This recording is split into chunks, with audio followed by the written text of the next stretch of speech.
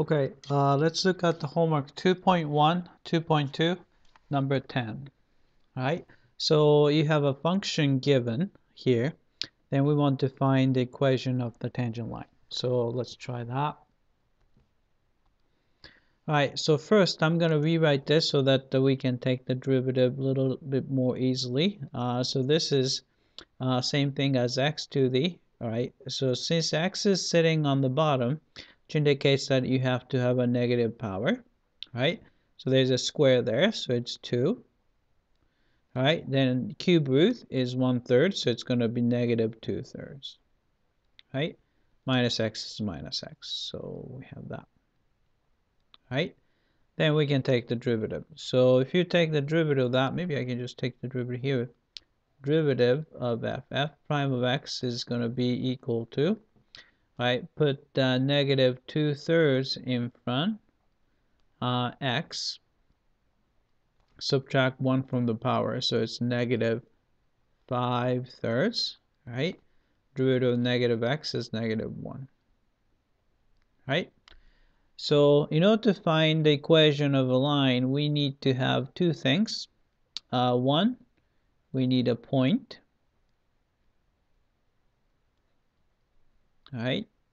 So let's call it x1 comma y1 as usual, right? So these are actually given. X1 is negative 1 and y1 is 2, right? So you don't have to work, right? 2, we need to find a slope, all right? Slope can be found by using the derivative. So m is equal to, take the derivative and plug in the x1 value. So you have negative 1 here, right? So plug it in. Negative 2/3, negative 1 to the negative 5/3 minus 1, right? So negative 1 reciprocal is still negative 1. Raise it to the 5th power is still negative 1. And the cube root of negative 1 is negative 1. So this part right here is negative 1. So which means that you have positive 2/3 minus 1. So that makes it negative 1/3. Right, that is the slope. Right, so point slope form, we can get the y minus y1, which is 2, is equal to negative 1/3 times quantity x minus negative 1. So it's going to be plus 1, right?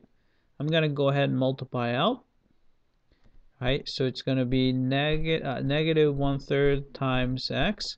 So it's a negative 1/3 x.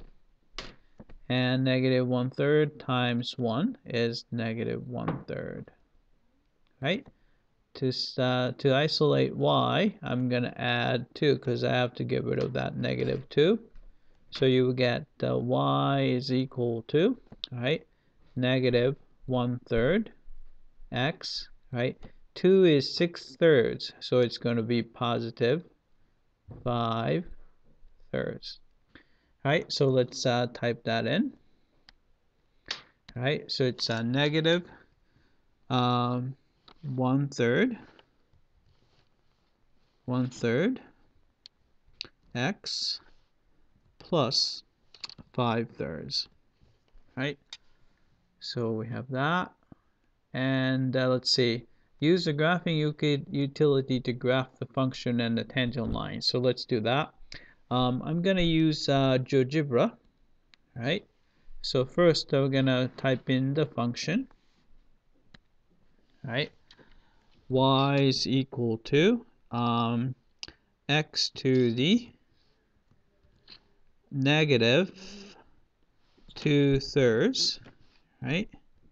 M minus x. So then hit enter. Right, we've got the graph, and the tangent line is y equals negative 1/3 x plus 5/3. right? Hit enter, right? So it looks like we have a tangent line there, right? Then let's go back, and so let's remember this picture, right? So go back, right? Which one would that be? That's not it. That's not it. All right. Let's see. Looks like this is the one. All right. So we pick that. All right. Then last one is use the derivative feature of the graphing utility to confirm your result by finding the slope of the function at the point. Okay. We can actually just let's see. We don't have a derivative function here, but we can probably do this. Use go up here and use this slope function, then choose that and click this guy, right? And it tells you that its slope is negative 0.33. So let's go here. So that was negative 0.33, round to the two decimal places, right? So I think that should do it. So let's double check by submit for testing. Okay, came back. First, the part A, it's correct. And go down, and part B is correct, and part C is correct. Right? That's it. I hope that this was clear.